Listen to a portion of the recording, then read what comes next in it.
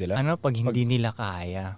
Bawa, may tropa kang hindi siya ganun ka-hustler tapos nagtatrabaho siya. Anong i-advise mo sa kanya?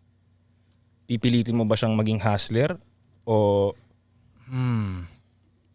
Siguro ngayon. kasi hindi naman lahat kaya maging hustler. Let's face it. Oo nga. Siguro ngayon mapapaisip na ako ng ganun. Pero ewan ko Kasi nga yung mga iba kong tropa na talagang hindi hustler, pinag-quit ko rin ang trabaho. Sa bagay, ngayon nga, hindi sila, nawala na rin sila. Wala na, no? Balik trabaho. Hindi na rin. Hindi na makabalik. Parang, Dahil sa'yo. na-mess up ko ba yun? Hindi.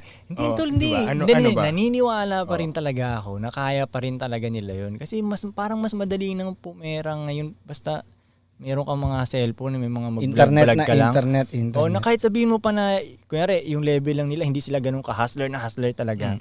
Basta vlog lang sila, mga ganyan-ganyan shit. Matatapatan pa rin yung kung ano yung sweldo nila dun sa minimum wage